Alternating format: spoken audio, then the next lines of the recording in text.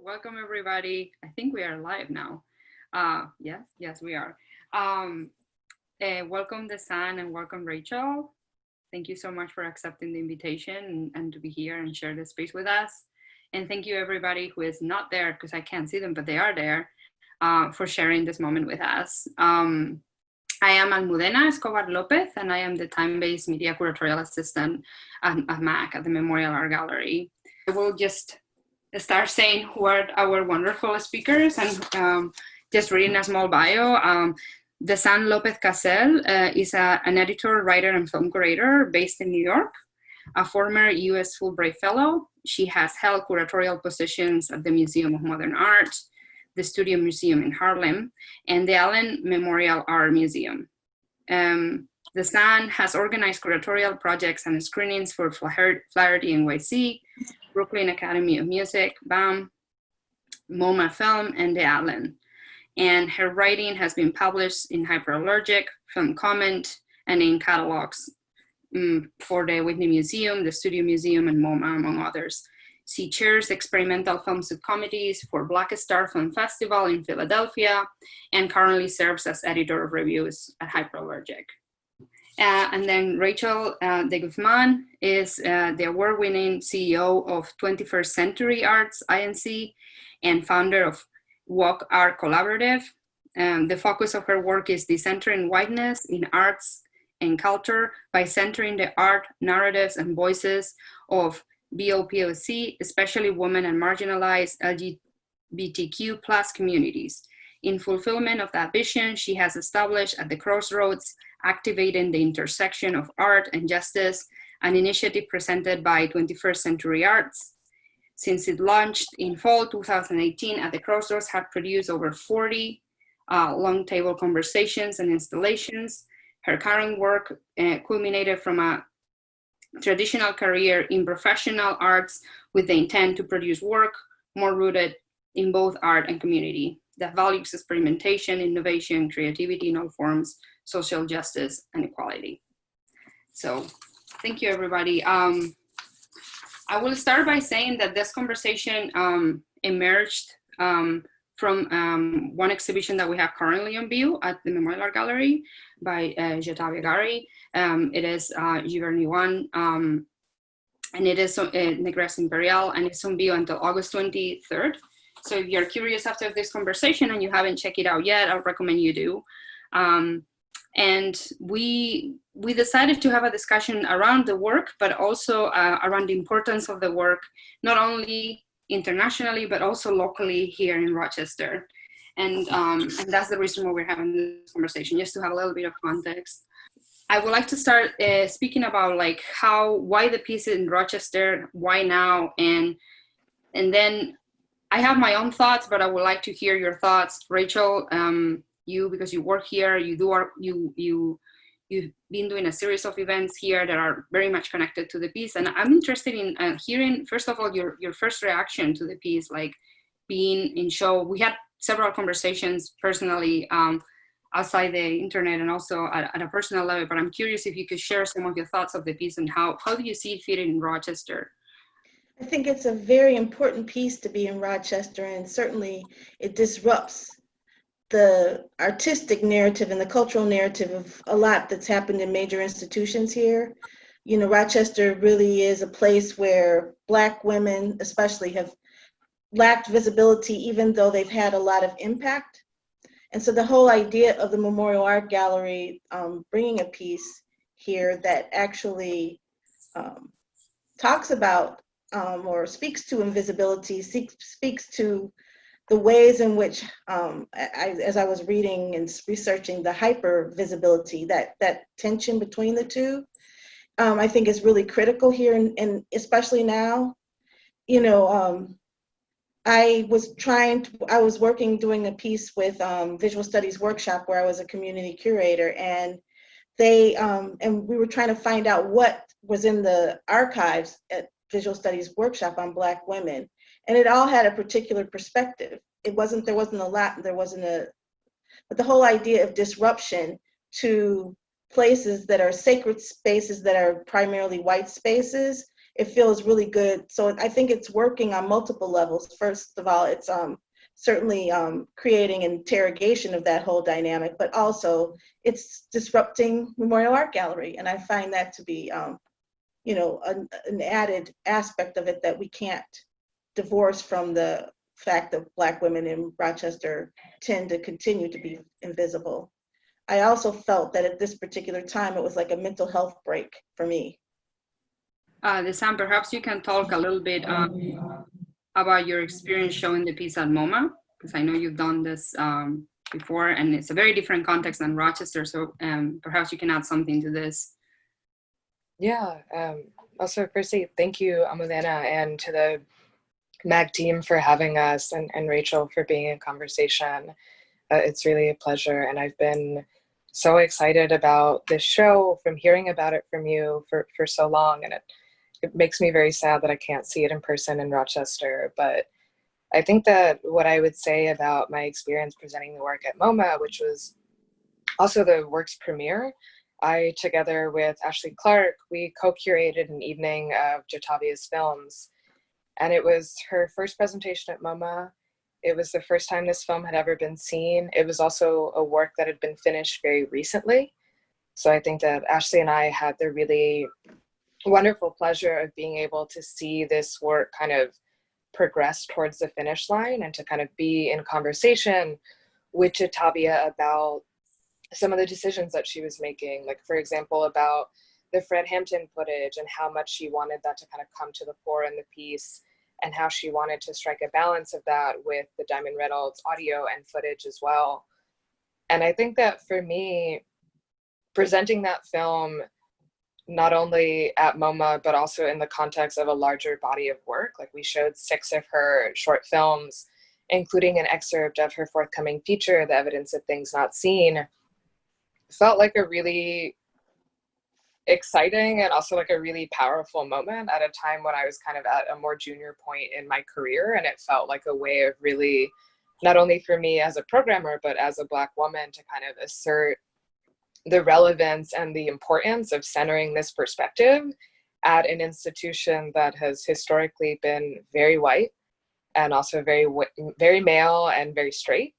And to bring in and have the opportunity to collaborate with an artist who is not only specifically a Black woman, but who is making work about Black women and specifically thinking about centering that in her practice, felt like an opportunity that I didn't necessarily expect that I would have at that kind of an institution. And it also was really exciting because it gave the work so much visibility.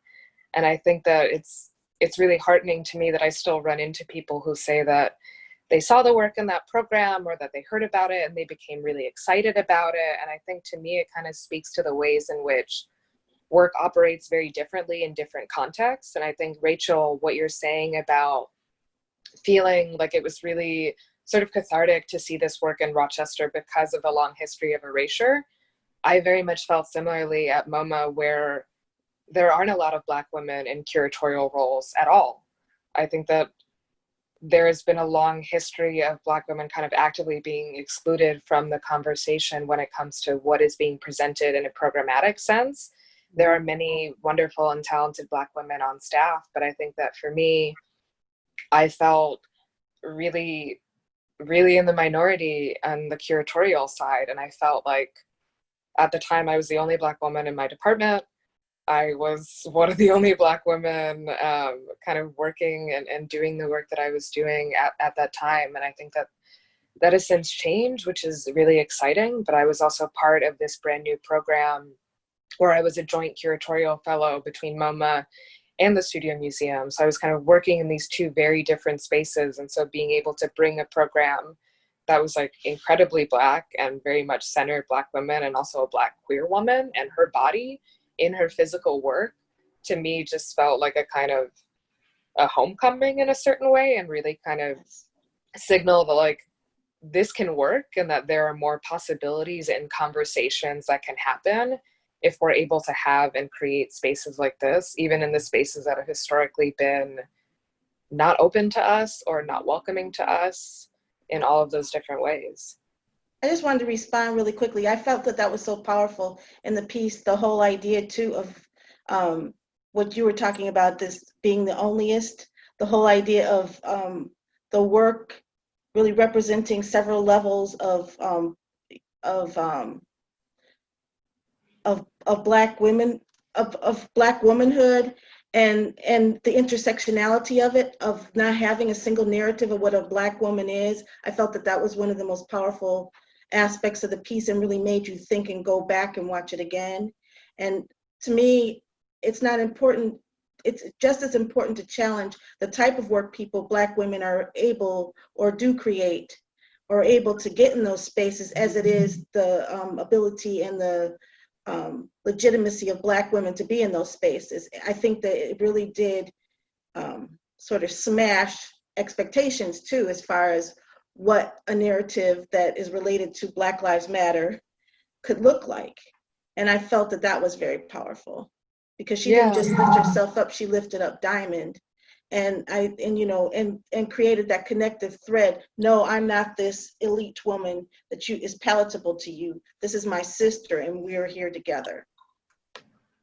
Absolutely. And I think also, to respond to that, I think that what you're saying about like the sort of overlapping subjectivities of the piece, like that was incredibly important to me as a programmer, again, for the sense of possibility. And I think that a last thing that I'll mention about it was also just the sheer excitement of seeing the work on such a massive scale, not only at a prominent institution, but seeing it huge in a theater where it's sort of larger than life, and where you're seeing these different women's bodies. Like other films in the program also included archival footage of Ruby Dee, and being able to see these images of Black women who come from very different walks of life and may approach their work very differently, like on this massive scale, I think to me like had this resonance that is so different, and just kind of just sort of like amplified all of the things that I felt about it, and like made it a really proud moment, not only as a programmer, but also just as like someone to bear witness.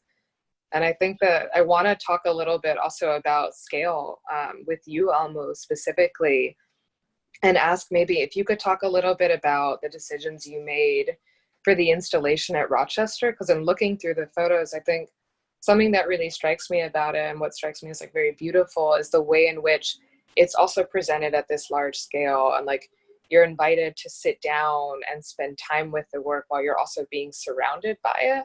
So I'm wondering if you could talk a bit about some of those decisions that you made curatorially. Yeah, thank you for asking that. Well, this piece, for those of the audience that don't know, it's part of a body of work. So this was the piece was the first section of a larger, many pieces. I think it's 3, right? If I'm counting right before. But so the Giverny one, and then she expanded it and did the Giverny suite, and then you have the Giverny document. And so it's being growing, because the piece and when you hear her talking about it, she does talk about it in an expansive way, about using the ambient to create an immersive experience, right? And coming out not just the screen itself, but also spatially occupying spaces, which is something that we've been talking about, and taking that space that is being not available for Black women, and in our museums and in other spaces too, right? So I think it was important for her to do this expansion into a more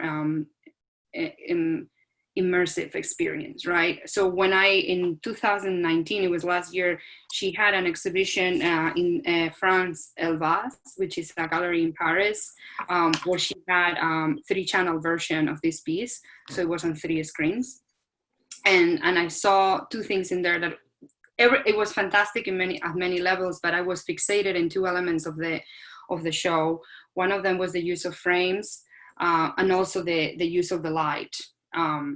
It was a purple bluish light that it was used within the space. There were other elements in the space that she's been using, both at the Giverny suite that is installed. And I don't know if it is still on view, but it was at the Hammer very recently, and it was also closed short because of COVID, and also at the Paula Cooper show that she had earlier this year in March.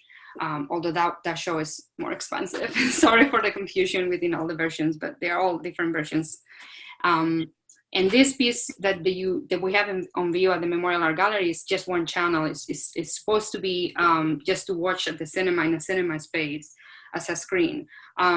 But I was very excited and very intrigued by what I saw in Paris. So I did ask her, would you be open to consider to include some of these elements? And the film, and the sense was like, yes, of course I am, no, with this spirit of expanding, no, the piece beyond the screen. So we created this installation using, and I can show, perhaps I'll share my screen so you can see a little bit of what I'm talking about, because I think it's a bit hard to just talk without seeing, right? Just give me 1 second. Here we go. While you're doing that, I will say that it was arresting. You did it very well. I mean, it was very powerful to me. And also kind of different in Rochester, I felt. It was very powerful. So this is just an image of the interior. Can you see my cursor when I move it or not? Yes. So here is the screen where you see the word is the lights that I was talking about. But if you observe closely, there is these frames that are installed over the surface of the wall, and then the image is projected on top of it. And then the entire space is also white, which is also very different to what we normally do at the Memorial Art Gallery. Then I will, bear with me. I was going to show you the entrance. So here, this is the wall on the outside. We used the designer who did the intertitles for the piece. His name is C. They use these intertitles, these frames of the intertitles that are used throughout the film, and then incorporated some of his own design, which he mixes again these digital elements with, I don't know if you can see here in the corner, this is the section of a leaf. So it almost creates an environment that is already an entry point from the outside, right? You are entering in a space where you're going to be challenged visually too, and where you're going to be watching something, right, that is not just a film. There's going to be an effective, at least for me, that's how I think the film also functions when you watch it in the theater. Aligning with what you were saying, I will stop sharing. The sign about watching the film in a big scale, right? I think it still works in that way. I think it really shakes you to the core. But when you even expand this experience more beyond that and go to this environmental elements, it really activates it even more, no? Because the frames function at so many levels. She described it as a contrasting this idea of the salon, the French salon, no, this very bourgeois and very, very high level, beautiful salons with wallpaper and all these frame pictures. But also she mentioned the living rooms of her grandmother with the pictures of everyone, of the family members being there and present, no? So there's this kind of contrast between these familiar things and maybe not so familiar things. Again, responding to what Rachel mentioned, this tension in between being up there and then her as Yatavia Gari in Giverny, and also Diamond Reynolds, also as a Black woman, and how there's this contrast. And I think the frames really very much speak about this. And I was very interested in integrating them in this space. Yeah, and I want to just say, because maybe I don't know if it was as apparent to someone who's looking at this on a screen, but like the frames exist as the backdrop onto which the film is projected. And I think that when I was looking at the installation images, it took me a second to realize that, but then as you continue to look through them, you see more and more the way in which that ends up framing these very specific moments in the film, because it does sort of move at this very like specific and distinct pace as well. So I'm wondering, can we talk also a little bit about the frames? Because that wasn't a part of the work at the time yet when I had curated it, because it was sort of still growing and expanding. But it's something that I've since seen in Jatavia's work being presented elsewhere. And I think it's a really fascinating part of the work, because as you're saying, it sort of collapses the distinction between like this high art and sort of exclusive setting that has so often been associated with specifically European maleness, and also like this sort of comfort of like the domestic and the intimate, which I think is a space that we more typically associate with women, and especially thinking about Black women who at different points in history before we were able to have the same rights in the workplace were often working from the home, whether that was in our homes or in the homes of other wealthier white patrons or so on and so forth. So I think the frames are a really potent avenue for us to discuss the work. Mm-hmm. I also think that you frame things you think are important. I mean, I think that's the history. And I think that there's that layered, that on top of everything, the things that are important. And even though you're seeing this really contemporary work, the frames there do reference the fact that this is important work, because the things you see in museums that are framed are important. And I know everything in a museum is not framed, but I think even in houses, if you get photos, you don't necessarily frame the snapshots. And this is an old reference because camera phones, but the whole idea of you go to your grandmother's, and if they get a little school picture, they may not frame that. If you give them a 5x7, it'll be in a frame. It's important you frame the things you value and cherish. And so I really felt the frames were powerful in that way too. Yeah, there is this idea of centering, and we were very conscious when we were placing. She gave us some instructions about how to place the frames, and she just instruct us to stop at certain moments of the film and line them, also not line them on a straight lane. So there is also this idea of distorting the space of the museum. You're in the museum, but you really are maybe not. No, this idea of liminarity in between the art world and the documentary, but also being in the museum and not. Instead of being all these frames that are all lined up and you're working in a very decimononic museum. Instead of that, she asked me to put the frames everywhere basically and use frames in different shapes and forms. So I was with my team from my facilities team. We were really paying attention what was on frame and what was not on frame. So we did frame her at various points. Also the Z, the person who did the intertitles, the musician, we didn't frame the police, which is, we frame specific moments from the film on purpose. Yeah. Yeah. And I think it also speaks to the ways in which Jatavia as an artist and as a filmmaker is also someone who moves between the two spaces of the cinema and the museum.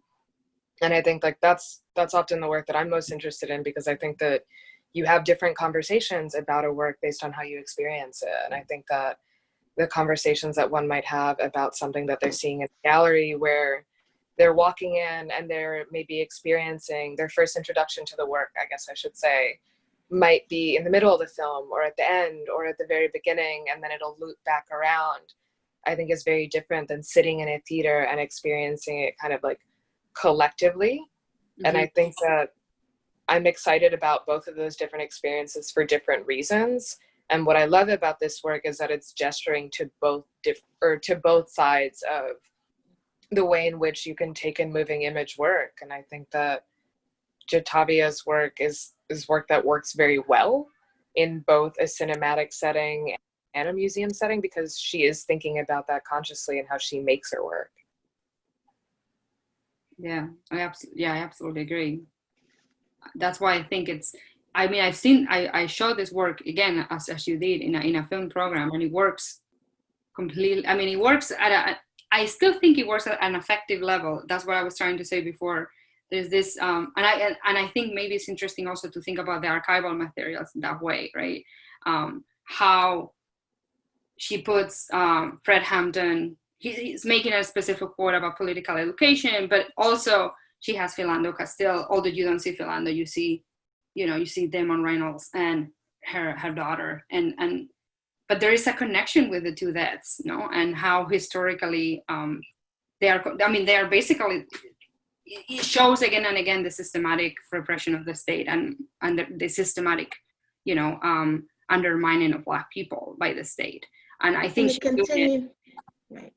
I mean, they were both assassinated too. I mean, I think that, in a very public way, they were both assassinated. Mm-hmm. Yeah. And I think that's. Go ahead. Sorry, go ahead, Rachel. I was just going to say that's a connective thread too. That was very powerful to me, the whole idea of them both being assassinated. I also, not to take it off that, but to me, one of the most powerful places that I went in this short film was from her screaming and not being heard, and then her screaming and being heard. I mean, and I think that connectivity between those two times also, I think that there's a connective thread between those two things. You know, when Fred was assassinated, yes, they paid a lot of money to the family, but the police actually carried his body out of the building on a stretcher, as you know, and talked about the way that you assassinate him is you do it while they're asleep. And there wasn't a huge, you know, that was the, I guess there was a lot of silent screaming at that time from the lack of responsiveness. And I thought that when you look at then what happened with Diamond and her video that was viral all over the world, it may not have gotten the response that everybody wanted, but I felt that there was something between those two things. I would have to ask her if it was, but I felt that there was a connectivity between those, you know, screaming silently, no one hearing and someone hearing.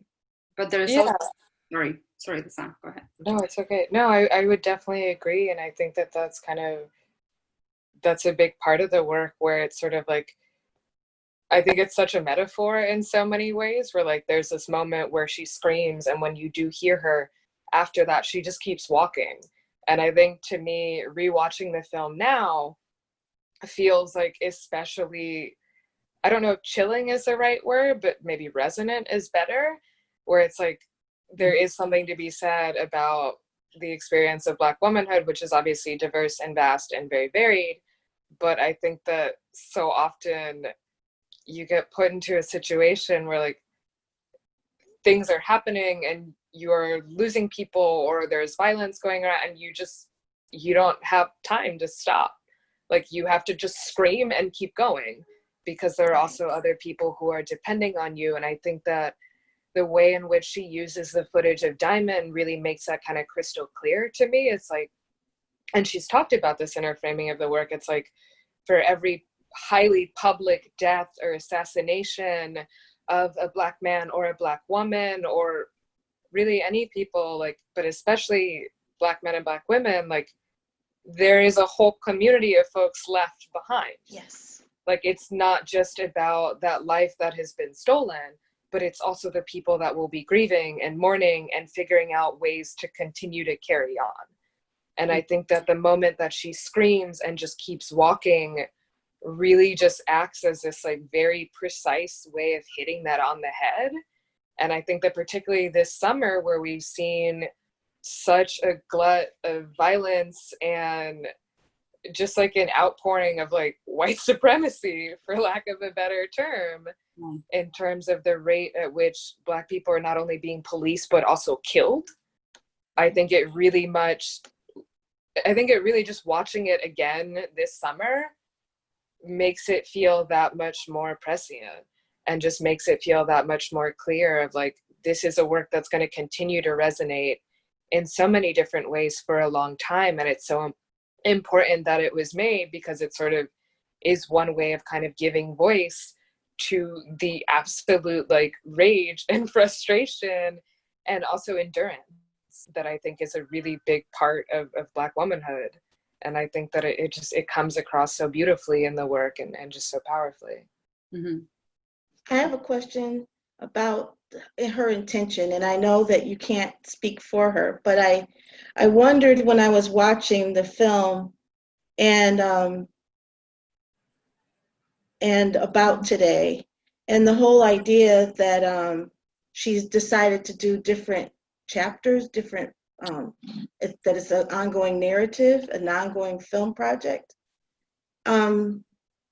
That seems especially important by what we're experiencing today, because even though the violence is the same, there are things at the edge. The circumstances have changed somewhat about, and I don't know that. Certainly, I read one of the reviews that you sent that talked about one, her work asking people, do you feel safe?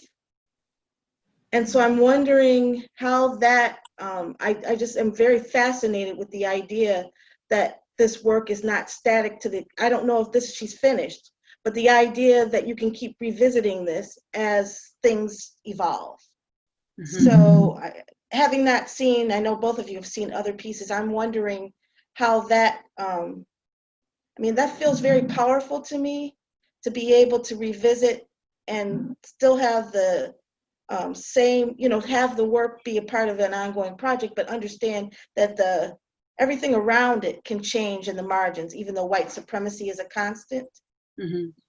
Even being, COVID, for instance, changes things somewhat, So I'm curious to, the two of you have seen more of the work. One of the things that she's doing also with the archival material is this idea of revisiting, and there's this idea of continuity with what she's doing. So to me, it makes absolute sense to not close one thing and just, keep going. Because when you put two things together that happen historically, it's not only those two things together, but it's like the context around those things that happen at that time and the context that you are now.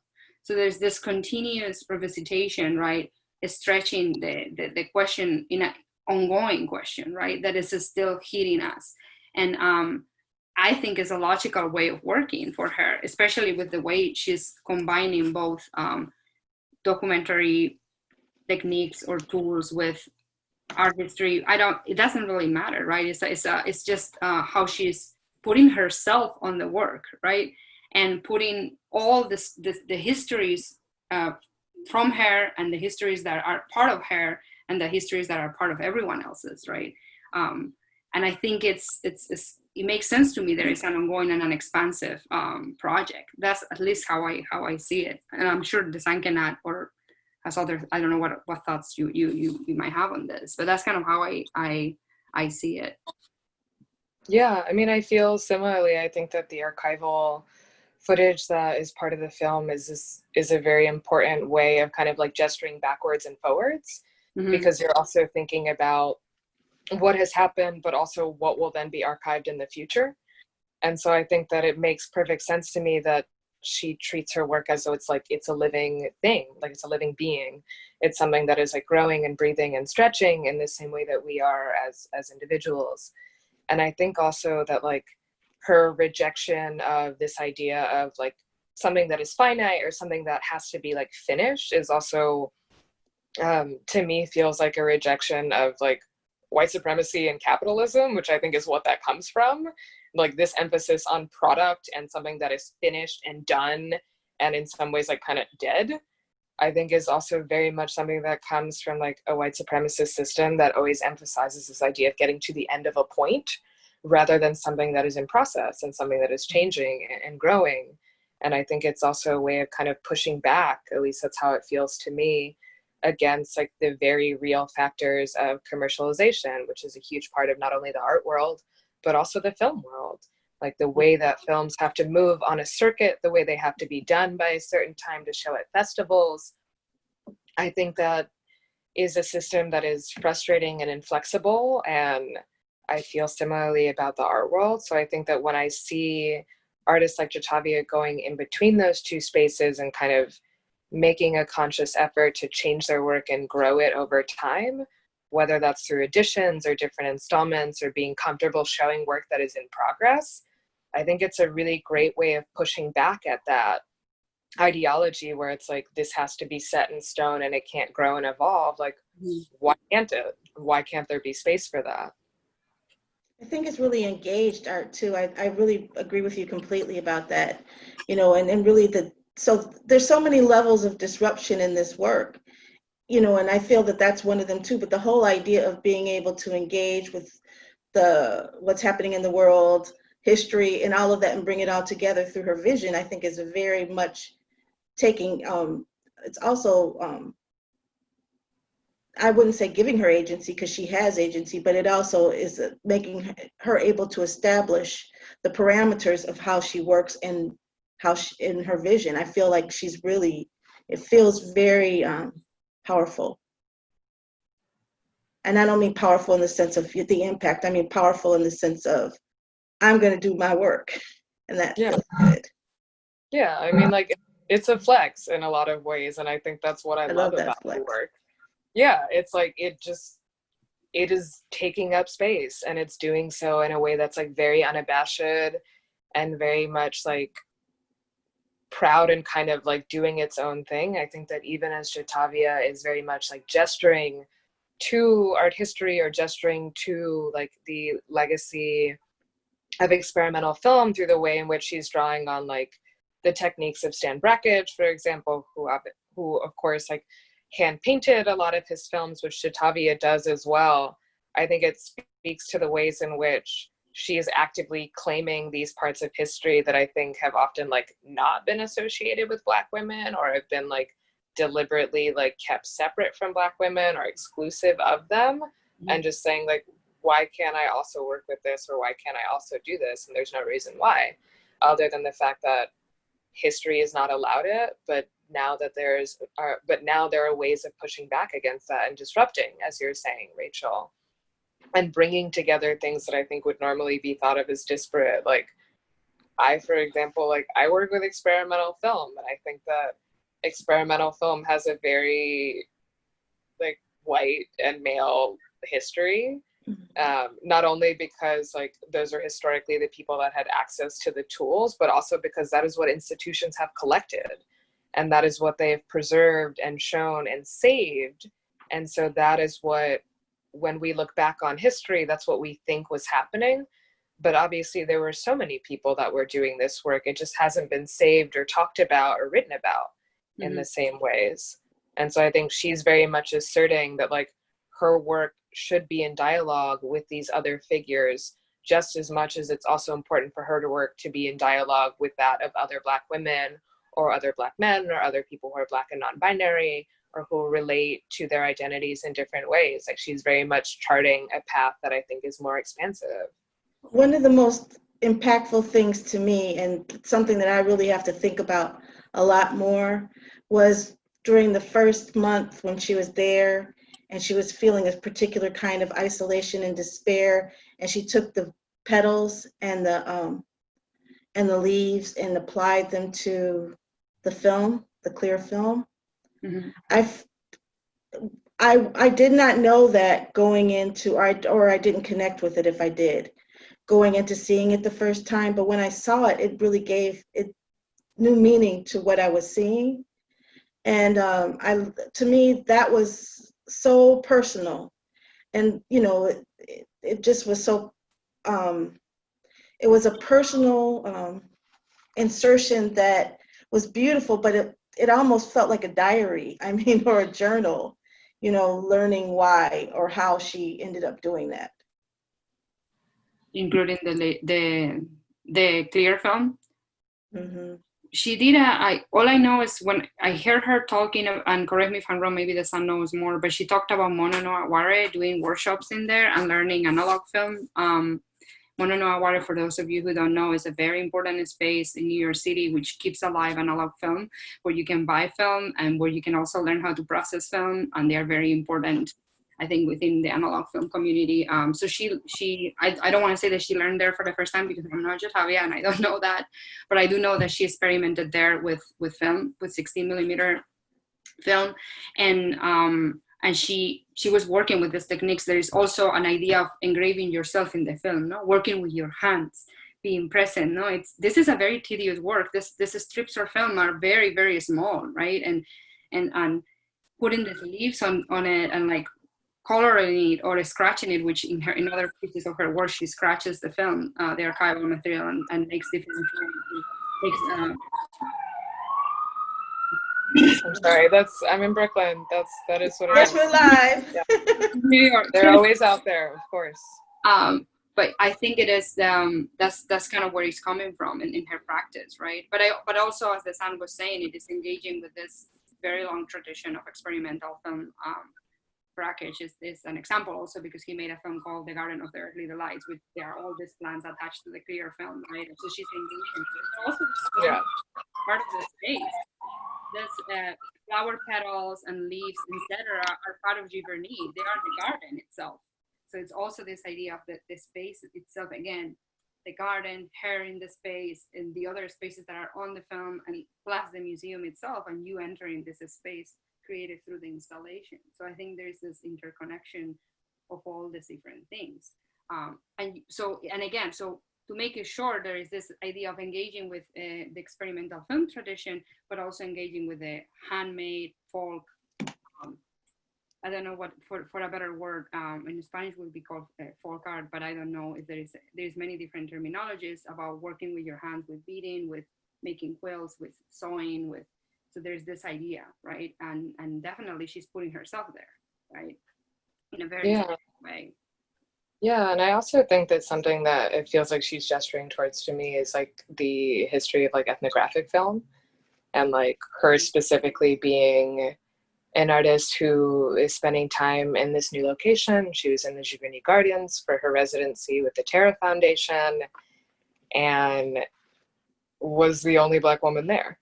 And so it's also about like her having like an impact on the environment and the environment having an impact on her work. And I think that the legacy of ethnographic film is such that like the camera has historically been trained on Black and brown people. And I think that a lot of her films kind of invert that. And like Jatavia talked about this a lot in an interview that we ended up publishing on Hyperallergic with Rooney Elmy. And she specifically talks about like how she doesn't necessarily think about her films as ethnographic, but they are in certain ways. Like they are also very much coming from this like specific subjectivity and framed in some ways as personal, but also framed as sort of ways of kind of like subverting the canon of ethnographic film, and very much operating as these kind of like sly gestures that are very much kind of like making their own rules and like reinventing the frame. And I think that the way in which she uses the techniques of hand painting also make perfect sense to me, because she's an editor as well. Like she edits her own films, and she talks often, like I remember having these conversations with her when I first met her ahead of the MoMA presentation. Like it's really important to her to edit her own films. And I think that she really likes to assert the control there, because it's also a very important part of her process of making. It's something that she sees as just as important as directing. And she said publicly in this interview and elsewhere that she thinks of herself sometimes primarily as an editor who also directs, rather than a director who also edits, and kind of goes between those two different identities, but sees them as very much like roles that go hand in hand, rather than ones that have to be delegated to another person. Like she likes to have a hand in all aspects of her work, because it informs the rhythm and the flow of her work, and it allows her to make these more intuitive or stylistic decisions as she's working through the process. Mm-hmm. And I think that that is something that like sets her films apart. Like there are a lot of other filmmakers that do that, and I always think that that's work I'm really excited about, because I love the tradition of like artist moving image, and I think it is different than what you would see in terms of like larger scale cinema, even independent cinema. I think that there are things that slip through in terms of like the feeling and the mood that come through with work that is edited by the maker themselves, also work that is shot on physical film. I think that that always leaves like this very like warm and like beautiful quality to a film that I haven't yet seen replicated well enough in digital. And I love seeing that with her work and having that kind of come to the fore. Mm-hmm. We have a few questions. Maybe we can, some of them are very like about the piece itself being a MAC, but I'm just gonna take those questions now. All right. Yeah, so there is a absolutely. question from Rebecca Rafferty for me. She's asking, how will Jatavia's work be viewable for the public after August 23rd when he enters the MAC collection? Will there be a digital component online? Will the installation travel? Well, the piece is already in the collection. We acquired it in April when the installation opened. So that's easy. It's there, and it's is huge, by the way. It really is. It feels we're very, very proud that it's part of of our contemporary collection, specifically our moving image collection, but all around the museum, and it's here in Rochester forever, hopefully. And then when it will be on view, hopefully it will be on view at some other points. I can't anticipate when. I'm sure it will be on view again, maybe in another parts, in a different part of the museum, in discussion or in dialogue with other pieces. I don't know. So I don't know. That's the answer. And if it will be, there will be a digital component online. I hope so. We're working on upcoming some online film screenings that we're going to start having towards the fall. So maybe this could be one of the pieces that we work on. There's so many things that need to happen for that to be possible, but maybe it could be online. And will the installation travel? Well, it was a different, again, as we were saying, there's many different versions of not only the Giverny one, but also Giverny document, also Giverny suite. I'm sorry I don't have those notes with me, but I don't know if it is still on view at the Hammer or not. I know they had a discussion with it was in April. They had a discussion online. That's and so they streamed good. the film. Great discussion. The 40-minute version. She also had it for a limited period of time, the 40 minutes version of the Giverny suite online in YouTube. I don't know if that's the case still. She just made it available for a little bit. So here you go. That's the answers. There's another question. Let me see. Could I jump in quickly and say something? Yeah. Also, I would say if anyone watching wants to see more of Jatavia's work, like, we'll also be screening the Giverny document during Black Star Film Festival. So you can check out the festival. It'll be part of a shorts program. I think day passes they're very affordable. I think they're like $5. So if you wanted to be able to see the work also in the context of other experimental films, that is an opportunity that's coming up. That's awesome. There's a question in general for everyone here. Do you feel like there is a laser focus attention on BOPC artists right now? That's very... I have an answer to that's more of a concern. I think that I wonder how much of this is just, I'm glad where there is more focus, but I also don't, I push back against Black artists, Black women artists being treated as a trend. And I think that, it's more important to engage more in depth with work than just to be presenting the latest work, or, it's almost like Black History Month. People work all year. And so I don't, all these organizations and sort of capitalism and Black Lives Matter can create a product of Black art. And I think that that's something we need to fight against, and people who are in positions of power need to really interrogate their own motives for showing things. I completely agree. I think that, I definitely I'm not comfortable with the way in which I've seen some people talk about like Black art as like hot right now. I think that's completely inappropriate and also just racist. But I do think that there is something to be said for the fact that like there is greater visibility because we've been doing this for a long time. And I think that it's great that like the rest of the world is finally catching up, but also like, where have you been? Like, none of this work is new. I think that now we are in a place where like maybe there are more like larger grants or funding opportunities like going to artists to be able to make this work, and that's important. And I would say to the people that are giving that out, like, don't stop doing that just when it seems like politics go back to business as usual, whatever that means for you. I think that it's also really important for people to just normalize Blackness. Like, I think that part of what I do, like as an editor and also as a curator, is I will organize programs or commission writing that isn't maybe specifically like just about focused on Blackness in terms of its themes, but that's going to come across either through the person who's writing it or the themes of the work, or just the fact that it was made by someone who comes from that experience. Like, there is a vast set of experiences that Black people have.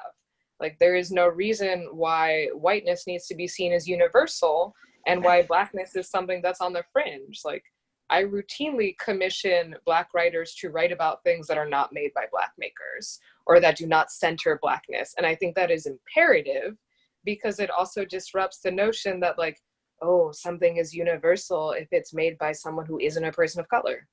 Like, and that's just completely incorrect. And so I think also what I do as a curator is I'll organize programs that, like, aren't specifically like thematic or thematically organized around Blackness, but are very much thinking about that in a variety of different ways. Like, that's a big part also of what Black Star does. Like, Black Star as a film festival, which was started by Mary Carmel Holmes, who is a very, like, powerhouse, incredible Black woman curator and film programmer who I have so much respect for, and who has really done a tremendous amount of work to not only create this space where Black makers can have their work seen and celebrated with audiences, but has also made it a space where it's not just specifically about work that is engaging with Blackness. It's Black makers or Indigenous makers and POC makers who are approaching work with a variety of themes and a variety of different perspectives and making work that isn't just about their identity. And I think it's crucial for that to exist alongside this, like, renewed focus on Black makers or on POC makers. I think it also, there needs to be a focus on work that is coming from these different perspectives that isn't just dealing with that on its face. And for that to also be normal and sought after and exciting and programmed and preserved. I agree completely. And I think that's where it takes it out of the Black History Month realm, where it has to be rooted. If a Black person is making art, that's Black art. Yeah. And it doesn't matter whether or not it's themed in some external way to what people want to impose on Blackness. The other piece of this is, to me, that's important in my work, is decentering whiteness. So I think that, and I say that specifically, when we're talking about centering Blackness, you can't center Blackness unless you decenter whiteness. That's not obliterating whiteness. It's not saying white work is not important. It's just decentering it. And I think we have to be very intentional about that. Because otherwise it stays on the fringe, or it becomes on trend, or it becomes relegated to a month or through a particular type of vision. And I think we have to evolve past that. If this moment doesn't mean anything long term, it should mean that. I completely agree. And I think it's about shifting the emphasis. Like you're saying, Rachel, like, we need to move away from having whiteness being the standard by which everything else is measured. We have a few questions. We can't answer all of them, unfortunately, because it's 7:56. But I'm going to see, there's different ones. There's one very long one here that I think it's very interesting that we haven't talked about. It's by Jacqueline Das. It says, I have a question in regards to curation of this type of work and the responsibilities of the institutions. I think we talked a little bit about this, but it's different, you'll see. When presenting a film like this, and what your feelings are. When I saw it at MAC, after viewing it and exiting the space, I then walked around to look at other works. The audio from the film was loud enough, so I was now experiencing the work without the visual and only the audio. It made me think about the staff working in museums, very often being Black, and how they experience the work. The thought of listening to that audio on loop for several hours as a security staff member will have to, and how the emotional labor of that is factoring in at all when you create the work. There was a warning sign that we put outside that it was required for this reason. However, in terms of how the sound leaks everywhere in the museum, well, it's a sound piece, it's a film, it's a video, a moving image piece that it is on view in the museum. First I'm going to talk on the point of view of the visitor, because we had this question before when we had media works on view at the Memorial Art Gallery. Moving image is part of the art world. It's as we're talking here with Jatavia, moving between art history and moving between film and art, it is just part of, if you go to MoMA or you go to any other museum, film is part of art history. And there is sounds and you hear things when you work in a museum. So it's integrated in the art, in the contemporary art history. So it's just part of it.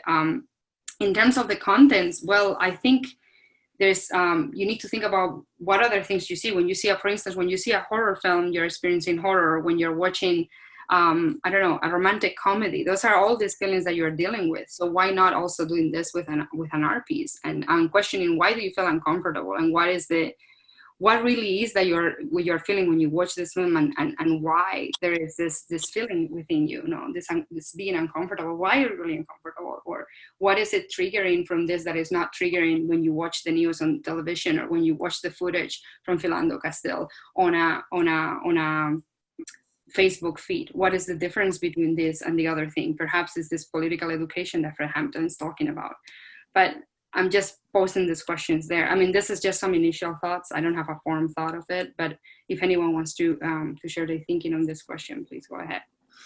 Yeah, I'll say one thing. I think the point of the work that institutions need to do is a vital one. I think that right now a lot of institutions are figuring out how to do that, some more successfully than others.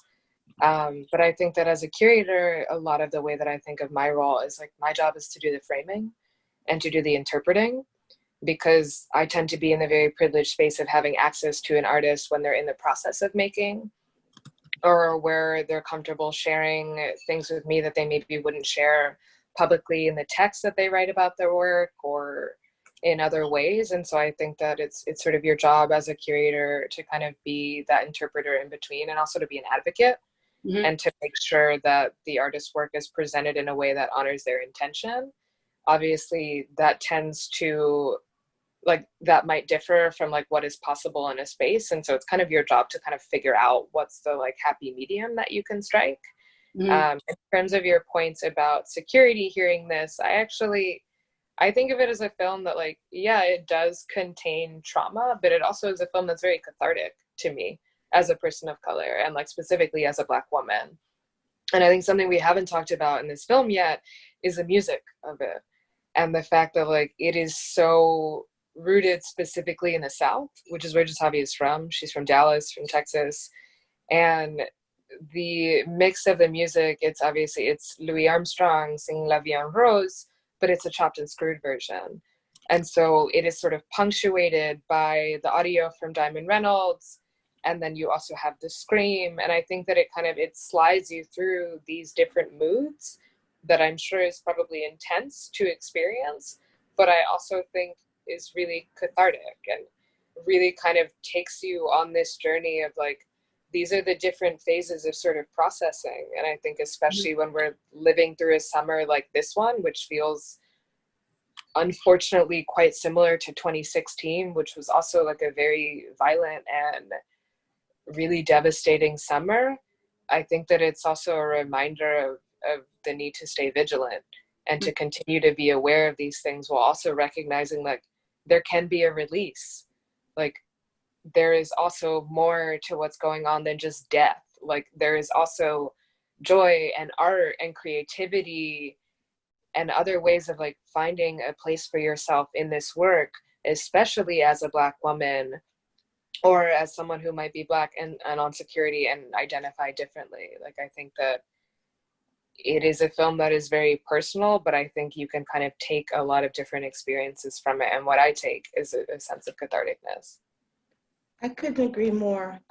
I think that the whole idea of us allowing us to have all those moods, and I think again, I was so impacted by the scream, and the fact that there was a silent scream, and then you could scream out loud. Mm-hmm. I'm in so many circumstances that I want to scream out loud now, and I feel like having confronted the times when you don't speak, or you don't feel like you can speak, or when you're invisible, the idea that you then become visible and audible and all of that feels like it's something that we need right now, especially people of color, women of color.